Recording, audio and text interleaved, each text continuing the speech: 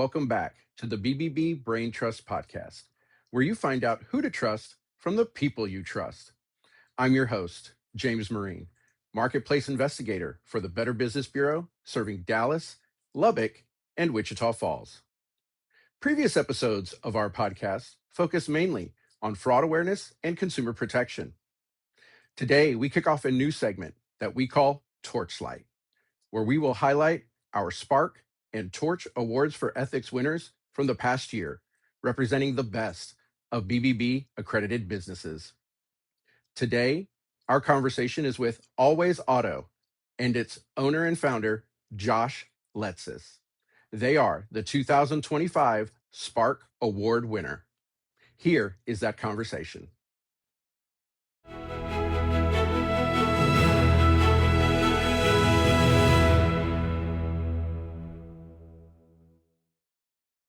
Good afternoon, and we have Josh Letsis here from Always Auto. They are the 2025 Spark Award winner for the ethics. Congratulations to Josh and Always Auto. Thank you so much for being on today. Yeah, thanks for having me. Appreciate it. To get a little bit familiar with Always Auto, how long have you guys been operating? Where are you guys located? We're in Wichita Falls. We've been open about a year and a half now, so pretty new company, and it's been a journey for sure. But it's been fun, and just trying to do things the way that we believe people want to do business, and trying to teach some old dogs some new tricks and all sorts of things. But it's we've been growing, and as you can imagine, starting with 0 employees, and trying to hire the right people for the right positions, and we've had some growing pains along the way, and it's definitely been a journey, but we're really excited. Prior to opening Always Auto, did you have experience working in car sales before? Yeah, it's all I've ever done since I was 18. I worked in franchise stores. I was a partner in 5 stores in Colorado, and then we opened this up. I sold my equity in those stores and opened this up. It was pretty exciting. We really, what we needed was, we wanted a big facility that we could put a couple hundred cars on with our own service department, and it was tough finding the right spot. And when we came across this, it was a no-brainer. The Toyota facility had built a new facility across town, and this one came available, and it was exactly what we wanted. So we jumped on it, made it work, did some remodeling and some touching up and that sort of thing. And then about 4 months after we bought the real estate, we opened up, and it's been, just one thing after another. With increasing sales, our social media has gone really good. We ship cars all over the country. It's been a lot of fun. Well, that is good to hear, especially in coming out of the COVID pandemic. You guys are a success story coming out of those times. So yeah. I'm glad to hear that. You mentioned prior having some affiliations in Colorado. Are you from Wichita Falls? Are you originally from Texas? No, nope. Oh, okay. Yeah, we literally, the facility was the most important thing to me. You can get those little 1-acre lots in any town and any state and any city, it doesn't matter. But finding a facility that was big enough that had a shop, really what I needed was just what happened. I needed a new car facility that they had built a new one down the road, and their old one was for sale. Otherwise, the scale of what I wanted to sell and how many I wanted, and the being able to control the quality of the product with your own shop and mechanics, and that was really important to me. So we looked in Arizona, because me and my wife love Arizona, and then I'm in Texas with my horses almost every weekend. So Texas was an obvious choice, and I knew, I think, 2 people in Wichita Falls. So it just kind of worked out that way. And then when I got here and I started to look at the geography of it, I really fell in love with it. 2 hours to the Metroplex, obviously, a lot of potential customers over there, 2 hours to Oklahoma City. And then you get into, Tulsa, Abilene, Amarillo, Lubbock, are all fairly close. And when you're looking for a used car and you've got the value is there, quality is there, the reputation's there, people will drive a couple hours for the right car and the right dealership. And so once I saw that, I really, really fell in love with the geography of where the dealership was. Great. This is actually helping me get a clear picture of who your customers are, and it seems to be you're in a good hub for the types of customers that appreciate your business. Do you only sell used cars, new cars, mixed of both? Well, yeah, interesting that you say that. We're pre-owned only, but we did just get a power sports franchise. So here in about 2 weeks, we're going to be selling some side-by-sides and ATVs. And then with that, we'll probably try and get maybe trailers and that sort of thing. Because, if you got a side by side, you probably need a trailer to tow it. And That's right. yeah. So in the next couple of weeks, we'll be expanding quite a bit, which is nice too, because when the Toyota dealership was here, we sell cars out of what was the new car showroom, even though we're used cars. And then what was the used car building has just been vacant.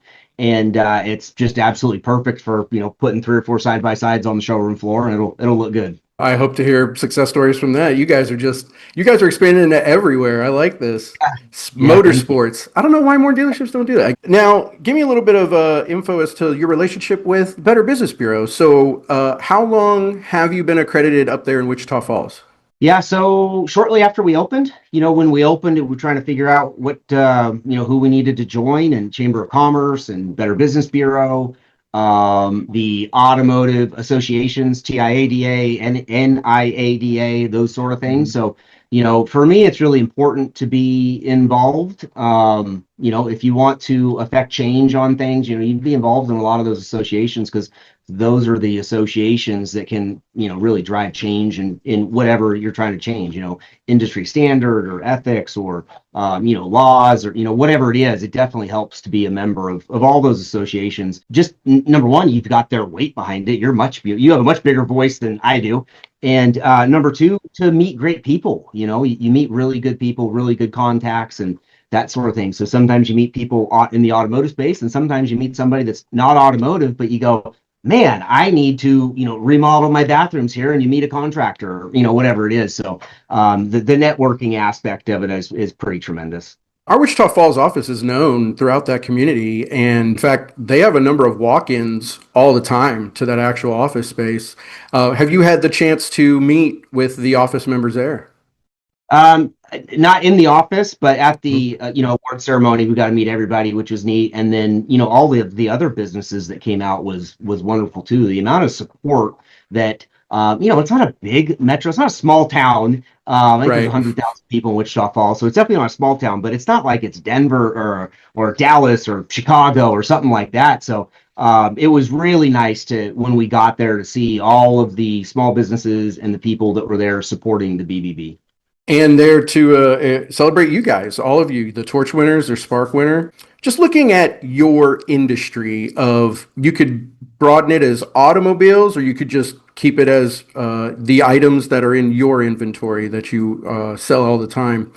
Let's pretend that I'm a first time vehicle owner, but I know that I don't want to go and buy a brand new vehicle off of that dealership. And I want to come to you guys because the reputation's been great and I've gotten good word of mouth from actual customers that I know. If you were to talk to me as a first time vehicle owner, what would be 3 tips of maintenance that I could do or maybe be expected to pay attention to in between ever having to take this car in for routine or even major maintenance? Your manufacturer's recommended maintenance schedule is super important to stick to, especially if the car's under warranty, because that's the things that they're going to look for. If there, is a warranty claim, they're going to make sure that you've taken care of your vehicle.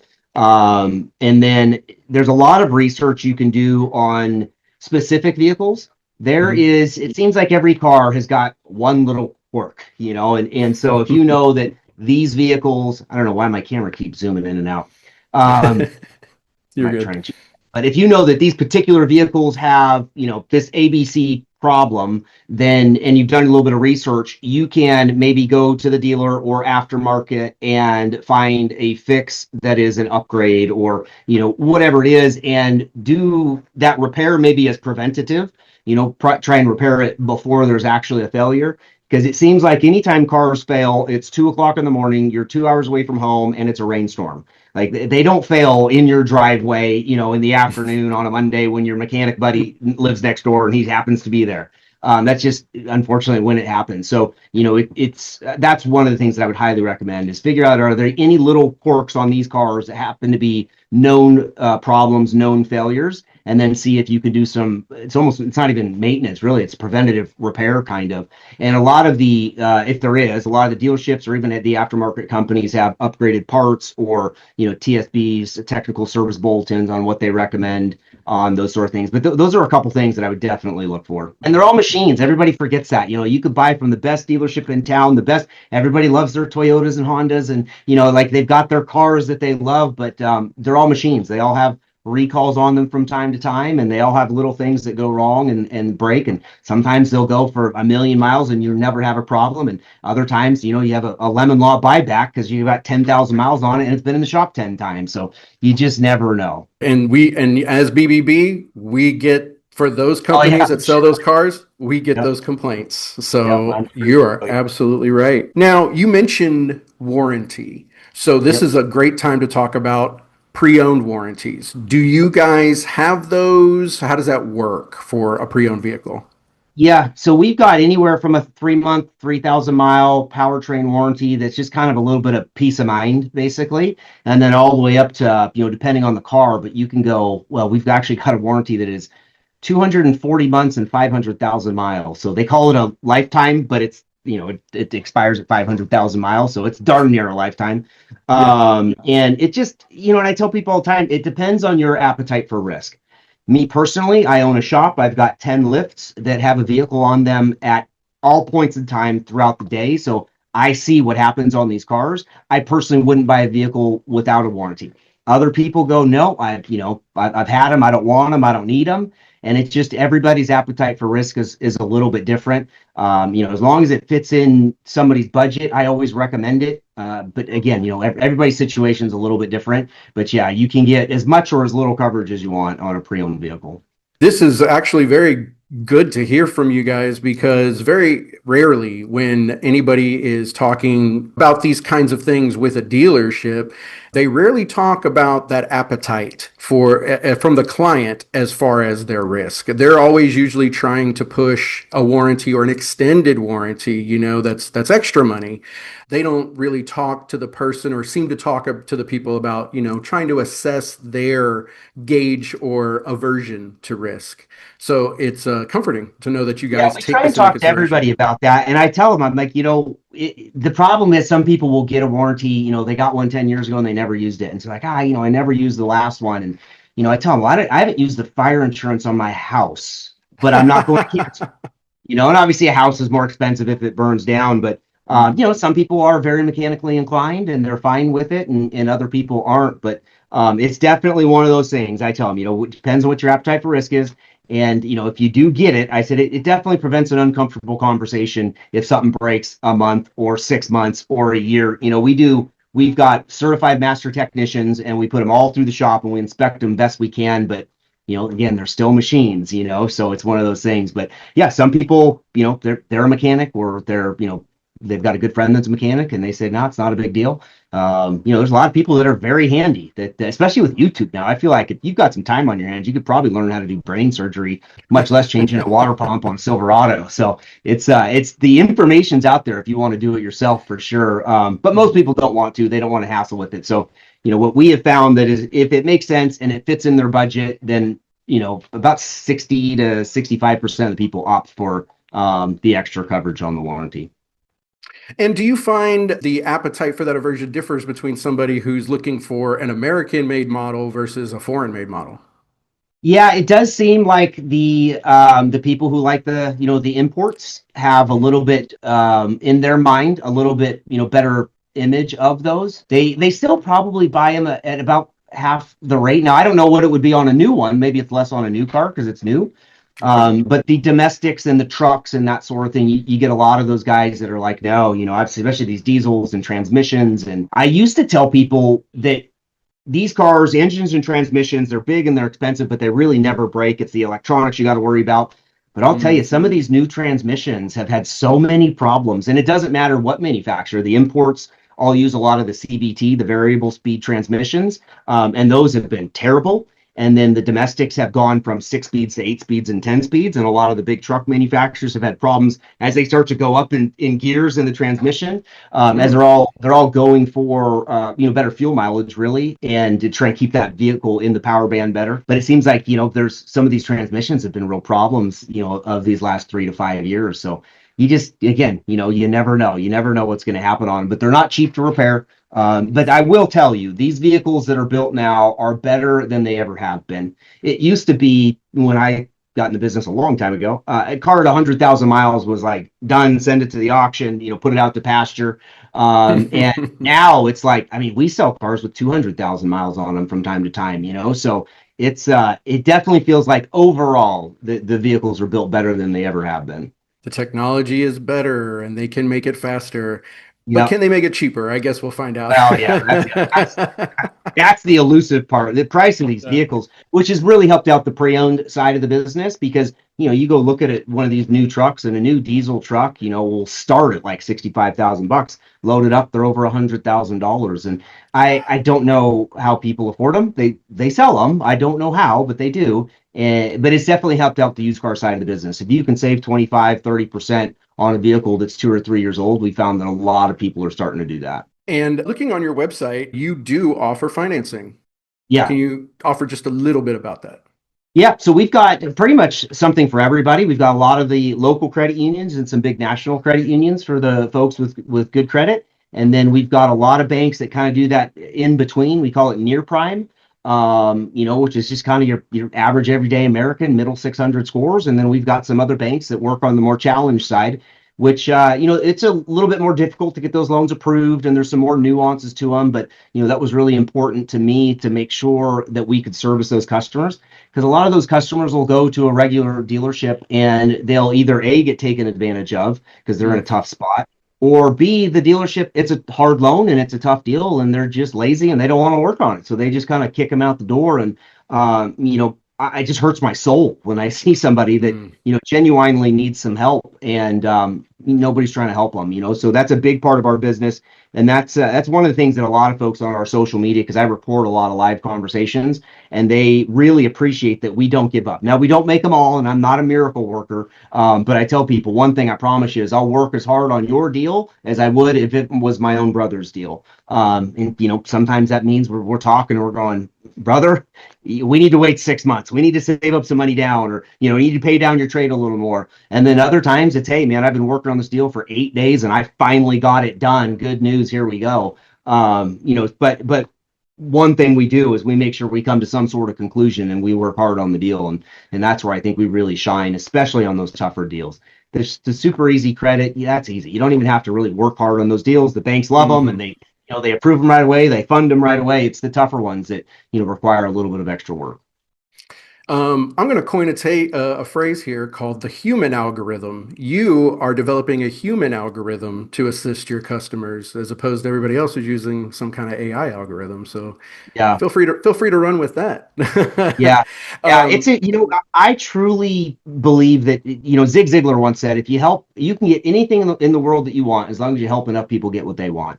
And that's super important to me is, I tell folks all the time, I'm like, my team here, I tell them all the time that we want to work hard on this. If that was your mom, dad, brother, or sister, let's treat them that way. And, I tell them, I don't always get along with my brother and I want to punch him in the nose sometimes. But at the end of the day, I'm going to try my best to take care of him if he's got a problem. And so that works pre-sale, during the sale, and post-sale. If something happens on the car or whatever, we'll try and take care of them best we can. And it's going to be different, and every situation is different, but we're not going to run from them. We're not going to hide from them. If somebody's got a challenge deal, we're going to work hard on getting it done. We're not going to go, that's a tough one, I'm going to move on to the next one because I hope it's easier. mm, We're not going to do any of that. So none of my salespeople are paid commission. They're all paid. They're incentive based to sell more cars. So we do have that, but it's not like they're trying to pick out the car that's going to make them the most money. They're trying to pick out the car that helps that customer the best. And that was really important to me because, pay plans drive behavior. So if you incentivize them to make the most amount of money, that's what they're going to do. But if you incentivize them to sell more cars, and they're going to take care of people, and they're going to try and sell people the cars that they want, not the cars that's best for that salesperson's pocketbook. understood. And I have read good positive reviews on your website that are posted right there from happy customers. And the one that really caught my eye was the one from the gentleman talking about getting a vehicle for his wife, but overhearing you or your people assist a different client they didn't even know, and they really appreciated both of how you handled that and your people. So kudos to you and your people for that one.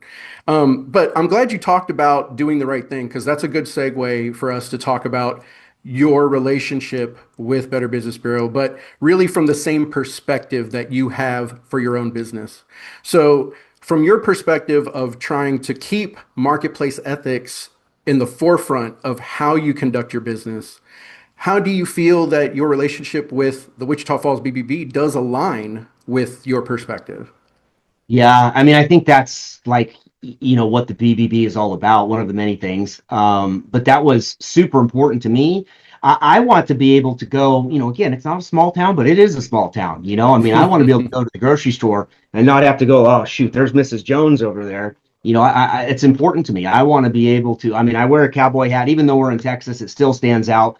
People notice, normally I'm wearing a bright red shirt. People notice me. I don't hide. And so it was really important to me to make sure that we're doing the right thing. And I have found that if you treat everybody like mom, dad, brother, sister, and you try and do the right thing, 99% of the people you're going to be able to make happy. There's still the folks that when you give them a free car, they're going to get mad that they had to pay sales tax on it. But at the end of the day, doing the right thing is super important to me because there was a saying a while ago, I don't even know who said it, but doing the right thing to do is always the right thing to do. And it's pretty cut and dry. We agree. We wholeheartedly agree. You've had your experience now, again, with BBB for about year and a half, almost 2 years, and you've been in that community a little bit longer. If you were to talk about to a completely different business owner, they're not even in the vehicle industry. But if you were Hmm. to talk to someone who didn't know about BBB, or maybe they're on the fence about becoming a BBB accredited business, what would you tell them about BBB and how it would benefit them? Yeah, I think especially a new business, I think you've got the opportunity to network with folks. If you've got questions about what to do, what not to do, how to do it, best way to do it, I think that it just gives you such an incredible group of people to lean on and to ask questions. I think that's one of the biggest benefits is, and then the people that the BBB attracts, right? You're not getting slime balls going to the BBB to join because they're slime balls, But the type of people that the BBB attracts, it really gives you a nice base to ask questions, get advice. It's just that's what I think the power from the BBB really is. And we feel that it's the same way with accredited businesses. It's we appreciate the accredited businesses because they are the ones who are volunteering to be held to the Yeah. standard, and they're also willing to do the work. So Yep. you're right. You want to be affiliated with those kinds of businesses too. Yep. Even if they're, maybe they have a cleaning service over here. Well, you want to be able to say, hey, we're part of the same club. I Yep. see you over there. Yep. Exactly right.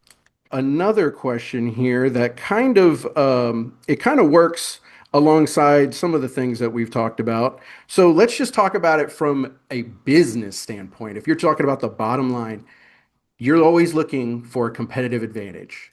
Yeah. What is the number one competitive advantage that aligning with BBB affords you that a different business does not have? Customer service. I think that I think that the bar for customer service has been so low. Some of it is just the texting, ordering on Amazon mentality that we have. Very little human interaction. It seems like folks don't want to help people as much as they used to. And the story that I like to tell sometimes is you're probably about my age, but when you used to go to, they didn't call it a gas station, they called it a service station. And when you would pull up to the service station, there were these little rubber strips on the ground. You remember those? You drive Yes. over them, ding, ding. Some guy comes out, they pop your hood, they check your oil, they add washer fluid. And nowadays, if you pull into a gas station and some guy runs up to your car, you lock the doors and you run. The bar for customer service has gotten so low. So that's where I think the competitive advantage is if you have a high level of customer service and people will pay more for better service. We see that all the time in all sorts of industries. So it's not always about price, it's about value. And, if somebody's feeling like they're getting crappy service, but the price is really good, or the price is now you have to be competitive. You can't be super high priced, but as long as the price is competitive and you've got an incredible service and a good reputation, especially when you're dealing with cars, because like we said, they just break sometimes. And you know that if something happens, you've got a dealer that's going to stand behind, you and their product. I think that's the biggest competitive advantage that you can have. And there's little nuances with how you buy cars and market cars and that sort of thing. But at the end of the day, I think how you treat your customers, how you treat your employees, which is, you treat your employees good, they're going to treat your customers good as well. But I think all of those things are truly what can separate the good businesses from the just guys who are, punching a clock and trying to take your check to the cash register.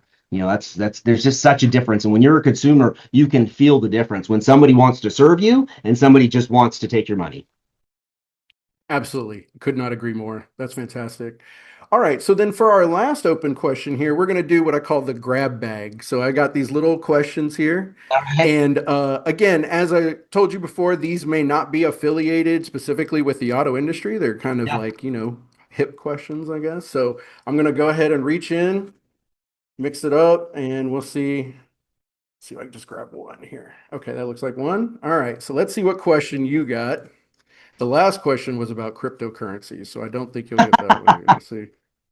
Okay, so this one, all right, this is on a hip topic here. All right. So the era of pseudo AI is upon us and expanding its impact. In your opinion, what do you see as one positive impact it could have on your business or consumers? And in your opinion, what do you see as one negative impact it could have on your business or consumers? So AI, and I've jumped down some rabbit holes recently with AI. It is quite impressive what you can do with AI. I think for not just my business, but every business out there, I think a lot of these SaaS companies that would build these products for, 5.99 or 9.99 for whatever, some sort of dashboard for you or, whatever they do, I think they're going to be gone. I think now with Claude Code, you can jump on, tell it in plain English what you want it to do, and it will have built a dashboard or a website or whatever you want that is exactly how you want it versus how some guy built it to try and please the vast majority of the businesses out there. So I think that is going to be big, and we're already seeing that quite a bit in the automotive industry. A lot of these SaaS companies are, the products that they used to sell I can design on Claude Code in a day, and it's mine. I own it, and I don't have to pay you $300 or $400 a month anymore, and it's exactly how I want it. So that to me is super intriguing and interesting. Now the negative for that is it's probably going to put some people out of business. Um, Mm, they're going to have to shift, and it just like anything, if you don't shift, you're going to be the Blockbuster, and there's going to be a Netflix out there. So yeah. I think that there's a lot of opportunity for folks to shift. Mhm. And then, yeah, I mean, I'm super excited for the AI thing. I think from a negative side, I think when people don't learn how to code, when people don't learn how to do whatever it is because they have AI do it for them, you lose a little bit of intelligence because you're just having AI do everything for you. Mm, It's, and I use this example all the time. It's like the navigation on my phone. I used to know how to go places because you had to pay attention to street signs and in Colorado, we always talk about the mountains are to your west, so just pay attention to that. And so you used to know that, oh yeah, I got to take a right at this stop sign, or this dead tree over here, that's where my buddy lives. You go up that gravel road, and mhm. now you plug everything into your GPS, and I mean, I do it on my way to work. Like it's that bad because I just want to know, is it going to reroute me? Is traffic going to be bad over here? So I think that's one of the downsides of AI is people are going to become a little dumber because AI is going to do everything for you. Now you can use that to expand on things and get better and more proficient in other areas, but that's the one thing that worries me is people are going to forget how to do tasks that we always knew how to do because AI does it all for you. Josh, this has been great. And I appreciated your email signature. You had Amat Victoria Curam. Yeah. I took Latin in high school, so I understood what that meant. Yeah. Victory loves the prepared. Right. So you're speaking absolutely to that. You're basically just talking about being prepared. Yep. Whichever way you're going to go, just you got to be prepared. And Yeah. to anybody listening and viewing, know that Always Auto is always prepared to do the work to help you guys find that vehicle that works for you. Okay. Yeah. And if I can again, just one more time, when are you hoping to start offering your recreational sports In about 2 weeks, inventory? actually, we just had the parts show up. I'm waiting on my dealer license. Really, the transport company called me and said they got about 4 units for me that'll be here tomorrow. So I might have units before I can actually sell them. But Mm. yeah, in about 2 weeks, we should be fully operational. We'll probably be stumbling, figuring out our way through them, but we'll have something for sale in a couple weeks. So we're really excited about that. Just adds a level of fun. Cars and trucks you have to have. For some people, it's super exciting when you buy a sports car or a big truck or whatever. But the power sports are not a necessity by any stretch of the means. Right. So it's definitely more of a fun sale. So we're excited for that and to see where that's going to go for us. And we think it can add a little bit, a little bit of fun to our business. Well, expanding that offering for summer 2026 coming real soon, as you just Yeah, heard. And we're hopeful that Always Auto will be a repeat Torch Award winner, hopefully right. this Yep. year. We're rooting for you guys. We always root for past winners to come back and be winners again. So I do appreciate that you're a Spark winner. Hopefully, we can make you a Torch. And then Right. who knows beyond that. Yes, sir. Thanks again, Josh. I appreciate this conversation. And again, you can always find Josh and Always Auto in Wichita Falls. Please check out their website. And it is a huge building. They got pictures of it on the website, guys. They're a for real deal. So go check them out, please. Josh, thank you so much. Congratulations again to Always Auto for its 2025 Spark Award. And thank you to Josh Letsis for joining us today. Please like, rate, and subscribe to this podcast on YouTube and on Spotify. You may view future episodes of this series as well as all of our episodes on either of those platforms. Please look out as we expand into more podcast platforms. If you are a business owner interested in becoming a BBB accredited business, or if you're just interested in what the Better Business Bureau can do for you, please look up more at bbb.org or by contacting your local BBB office directly. Thank you for joining us today, and we look forward to seeing you next time. Bye bye.